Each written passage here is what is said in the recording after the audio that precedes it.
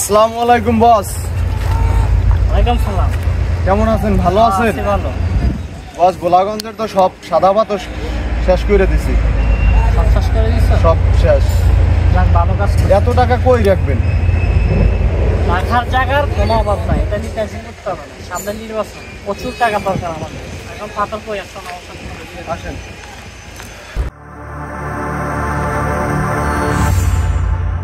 পাথর সব এখানে নিয়ে আসছো না? পুরো ভোলাগঞ্জের সব পাথর এখানে? হ্যাঁ ভাই, এখানে কিন্তু পরিবেশ নষ্ট করে এটা করা কি ঠিক হয়েছে? সবে ঠিক, আমাদের দরকার টাকা। আপনার বলে আইলে তো সব দেখবেন মরুভূমি। সমস্যা নাই, তোমরা আগের মতো করে দিবা একদিনের জন্য, ঠিক আছে? রাব্বি জি বস। কিরে তুই সাজ্জাদ জি বস, ঠিক আছে বস। আপনার জন্য চল। সেটআপ করে দেব সব। আচ্ছা ঠিক আছে, কোনো বিষয় না। এখন আমাদের কোথায় কত টাকা কালেকশন হয়েছে, কত আয় হয়েছে, কত টাকা বিক্রি করছো, এগুলা একটা হিসাব তোমাদের দিতে হবে। এবং এই টাকা বাইরে রাখতে হবে, এই টাকা দেশে রাখা যাবে না। এটা কালো টাকা, কালো টাকা বাইরের থেকে আমরা দেশে আনে আবার সাদা করতে হবে, ঠিক আছে? বস, একটা কথা বলি, আপনি সম্পূর্ণ এরিয়াটা দেখেন। যে পাথর আমরা জমাইছি ধরবো না, ধরবে সব ধরবে, তারা দরকার তাদের সুইচ ব্যাংক বড় করবে, কোনো সমস্যা নাই। আমরা এই সুযোগে যা পাবো সব বেচা দিব, কোনো সমস্যা নাই। বস। গোলাগঞ্জের পাথর বিক্রি করে তো 20,000 কোটি টাকা ইনকাম করেছে বস। ঠিক আছে, 20,000 কোটি টাকা কমাই গেছে না বাজেট আমার জন্য? 20,000 কোটি টাকা তো সিম্পল টাকা। আচ্ছা যাক, নেক্সট শামিম। বস, গোলাগঞ্জের থেকে না জাফলং এ পাথর বেশি। জাফলং গুলো বেচে দিই। হ্যাঁ বেচা দিবি। বেচে দিই তাইলে ওটা বেচা গোলাগঞ্জের থেকে না ডাবল টাকা হয়। হ্যাঁ ঠিক আছে। বস, আপনি জাফলংয়ের পাথর বিক্রি করলে 200 বছর বয়ে বয়ে খাইতে পারবেন। তোমরা বলো 200 বছর না, এটা বাংলাদেশের এক কোনা, নির্বাচনের দিন এক কোনা দিয়ে চলে যাবে। বুঝতে পারছো বিষয়? সেটা বস আপনার ব্যাপার। ঠিক আছে, ভালো মন্দ ভালোই বুঝবেন। জাফলংয়ের পাথরগুলা বিক্রি করার জন্য তুমি ফোন দাও। ঠিক আছে বস, আমি কল দিয়ে বলে ফোন দিচ্ছি। দিয়ে বলো আজকের দিনের ভিতরে পুরা জাফলং গোলাগঞ্জের মতো সাদা করে ফেলাইবো, মরুভূমি। ঠিক আছে ঠিক আছে বস, আমি কল দিয়ে বলে ওকে, দিচ্ছি। ফোন দাও। হ্যালো বস, বলছে গোলাগঞ্জের পাথর সবগুলো বিক্রি করে ফেলাও, একদম মরুভূমি বানাই ফেলাও, কালি করে ফেলাও, আর সিলেটের গুলো বিক্রি করে ফেলাও। ও সরি তুকু, ওই গোলাগঞ্জের মতো জাফলংয়ের পাথর গুলো একদম সাদা করে ফেলাও, একদম কালি করে ফেলাও, বস বলছে। টাকা রে টাকা। কত টাকা না বস, এটা হচ্ছে সোনা। সোনা, খাঁটি সোনা। ডায়মন্ড ডায়মন্ড না, এটা হলো খনি, সোনার খনি, আমাদের সোনার খনি। সমস্যা নাই, আরো আইতেছে না জাফলংয়ের সাজ্জাদ কোথায়? সাজ্জাদের ফোন লাগাও। বস, জাফলং পুরা কালি করে এলেছে, একদম সাদা মাঠ করে এলেছে গোলাগঞ্জের মতো। হ্যাঁ কালি করে এলেছে। 40,000 কোটি আইবো? আইবো মানে আরো বেশি আইবো বস। 70-80,000 কোটি? হ্যাঁ বস। আর তা তো কোনো কথাই না। যাক, তাহলে একটা বিভাগের নির্বাচনের টাকা হয়েছে। হ্যাঁ জি বস। ঠিক আছে। এই আব্বি, জি বস। নির্বাচনের টাকা তো আরো অনেক শর্ট, এটা তো একটা সাইডে তো মেকআপ হয়েছে, আরো তো টাকা লাগবে। কি করা যায় বলতো? টাকা লাগবে বস, ভাবতে হইব আর কি বিক্রি করা যায়। কি তুই কি করা যায়? কি শামিম, কি? বস, কক্সবাজারের বালুগুলো বক্স উড়াই দেয় না বক্স।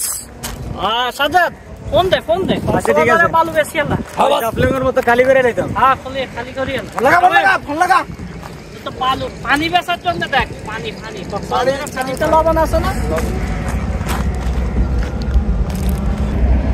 বস বলছিল কক্সবাজারের বালুগুলো বিক্রি করে এলাম। হ্যাঁ ঠিক আছে। হ্যালো, কক্সবাজারের লবণের পানি আছে না, সব পানি বিক্রি করে এলাম। সব বিক্রি করে এলাম বস কইছে। এককালে খালি করে এলাম পানি বিক্রি করে।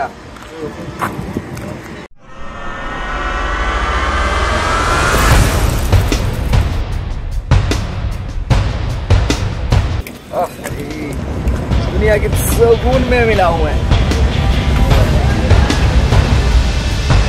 हेलो बॉस, কেমন আছেন বস? আমাকে কিভাবে স্মরণ করলেন? প্রচুর। এই তুমি যে সানগ্লাস এটা কিনছো, এটা কত টাকা নিছে?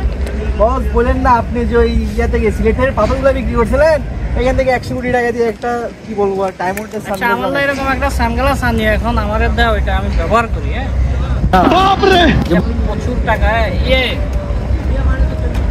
মূল বিষয় হলো তো টাকা তো শর্ট, এই টাকা তো কিছু হইব না। আর কি বিক্রি করা যায়? এরা ভোলাগঞ্জ খাতর বিক্রি করি হেলাইছে, এতে কক্সবাজারের লবণের পানি বেশি হেলাইছে, এতে মনে কর কক্সবাজারে কি করছে বালু বিক্রি করি হেলাইছে, এতে মনে কর যে ঝাপলং মনে কর বেশি হেলাইছে। হ্যাঁ কারণ টাকা শর্ট, টাকা আরো প্রচুর টাকার দরকার। কি করা যায়?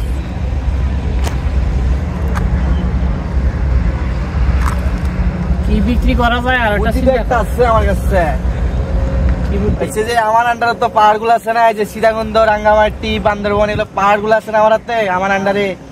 তো এখান থেকে মাটিগুলো বিক্রি করে দিলে ধরেন না আপনার চলে আসবে 1.5 কোটি টাকা, মানে লক্ষ কোটি টাকার মতো আসবে। 1.5 লক্ষ কোটি, 3 লক্ষ কোটি টাকা বিক্রি করা যাবে না?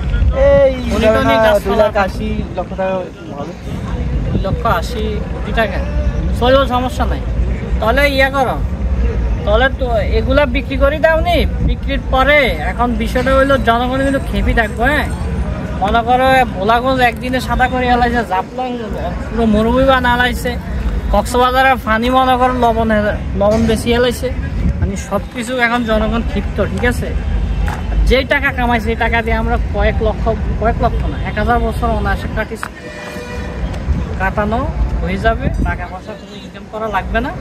তবে এখন মূল বিষয় হলো রেডি থাকবা। কোন আসা মাত্রে পাসপোর্ট করছো না? হ্যাঁ পাসপোর্ট করা আছে। কথা বলতেছেন বস? পাসপোর্ট করছো না? আরে এত কিছু বিক্রির পর দেশে থাকবা কেমনে? পাবলিকে পিডাই ছাল তুলি গাছের টাঙায় রাখে দিই না তোমাকে, কেড়ে কেড়ে কুচি কুচি করে রোদি শুটকি দিয়ে লবণ মুসি মেখে মেখে এভাবে খাবে। বস ছোট ভাই তৈত কই, ওই যে জাফলনের ভিতরে করছিল না, লিডারশিপে ছিল যে তৈত, যে বিক্রি করার পর টাকা পয়সা অর্ধেক কত 200 কোটি টাকা দেওয়ার পর তৈজরা খুঁজেই পাইতেছে না। এখন তৈজ নিয়ে টেনশন আছে, এটা জানি না। জনগণ ক্ষিপ্ত তো এখন, জনগণে বানানি দিছে মনে হয়। এমন বানাইবো যদি জনগণে বানানি দিলে বস আমরা জানতে পারতাম, খবর হয়ে যেত। র্যাপে গুম করে দিছে নাকি এইটা দেখেন। রাষ্ট্র সম্পদ তো আমরা তো এখন নির্বাচন আগে সবকিছু খাইতেছি, এটা আমাদের প্লাস পয়েন্ট। তাহলে বস আমাদের পালানোর ব্যবস্থা করার আর কোনো দরকার নাই। ঠিক আছে, যত টাকা আছে সব টাকা সুইস ব্যাংকে তো গেলো পুরে এলা, সুইস ব্যাংকটা কইলো ডাবল ওদেরকে করতে হবে। সুইস ব্যাংক হইবে না ভাই, সুইস ব্যাংকে টাকা ফুরান হয়ে গেছে অলরেডি। ওয়ার্ল্ডের যত ব্যাংক আছে সব ব্যাংকে টাকা রাখো। ঠিক আছে, যত ব্যাংক আছে সব ব্যাংক পুরে এলো, পাসপোর্ট রেডি করে রাখো। কোন দিলে কি বিদেশে, ঠিক আছে বিদেশে সবাই থাকো। এখানে আগামীকালকে আমার ফ্লাইট, ঠিক আছে চলে যাচ্ছি। Good bye, tata, see you.